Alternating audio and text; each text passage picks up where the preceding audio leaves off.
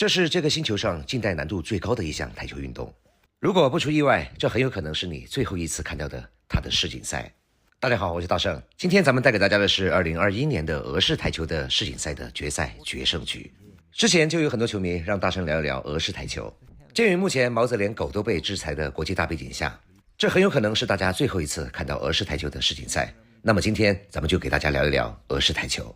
刚才开球的选手是俄罗斯的名将曼斯克，现在上场的是美国选手迪特。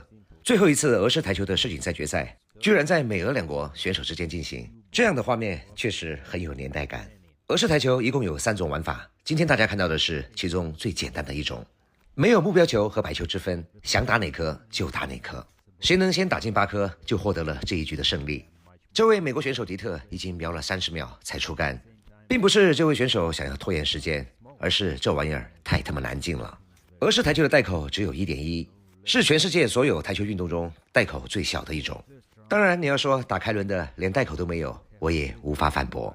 当然这个带口 1.1 是什么意思，今天也给大家解释一下。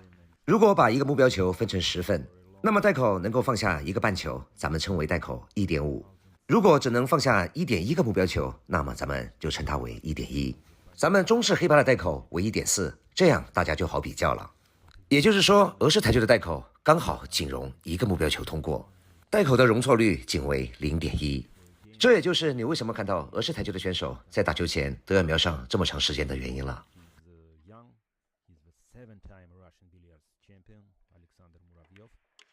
终于出杆了，这一次他是母球，下一次他也可能变成目标球。接下来咱们就来聊一下俄式台球的起源。想当年美苏争霸，华约跟北约谁也不服谁，整个世界笼罩在冷战的铁幕下。毛子当年的思想就是欧美有的咱们也要有，体育娱乐这一块当然也一样。英国有斯诺克，美国有花式落袋，咱们当然也要有，但是又不能跟他们做的一样。第一个要素就是咱们要做的比他们都难。本来是要把带口做成 1.0， 后来发现这玩意儿根本打不进，于是就改成了 1.1。 第二个要素就是要创新，但是没文化加上没底蕴，只能充分发挥毛子的暴力美学，想打哪颗打哪颗。在这样的背景下，毛子的俄式台球就这么诞生了。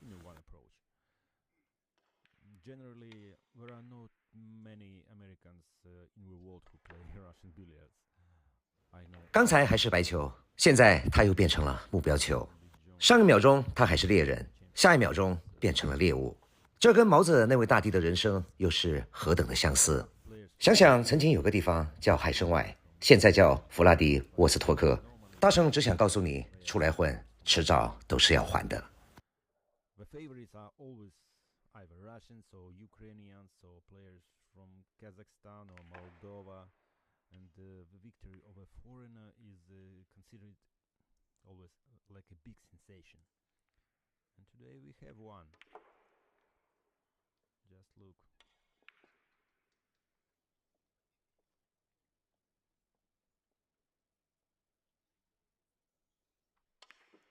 After the opening stroke, after the break off, any ball can be a cue ball. It's not necessary to use a yellow ball. You can hit a white ball on a white one or white one on a yellow one. They are equal.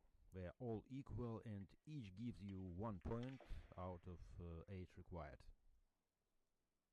I should probably say a few words about the tournament. It takes place in our days, as I said.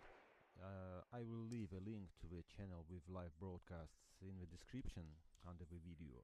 And the prize fund of the championship is about 30,000 US dollars. And the new world champion will receive about $8,000 of the United States of America. What else can I say? I have been commenting billiards for more than 10 years, and I don't really know what else to say about this particular game. Sorry, it's just a game. Probably I need to explain you. The size of the balls is 67 millimeters in diameter, and the width of the pocket is only 5 millimeters more. gap is very small. That's why usually you need to hit balls hard with a big strength, and players are trying to break through the pocket, to break through the rubber of the cushion. For this reason, the cue is also different from the pool game. It's harder.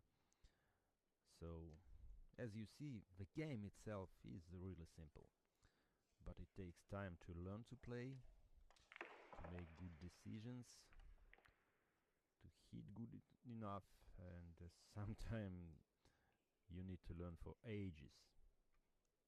And at the age of 51, you can finally beat a Russian champion. And that is it.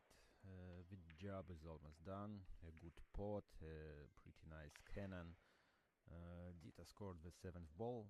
There is only one left. And that is victory. The fast game. Pretty fast. Seems very simple, but believe me, it was quite difficult for the player. 最后，这位美国选手迪特用俄国人的方式获得了也许是最后一次的俄式台球世锦赛的冠军。也许俄式台球会在某一天会用另外一种方式回归，就像弗拉迪沃斯托克一样。只不过到时候，我希望他的名字还叫海参崴。可知马考不是我真心，我离开你太久了。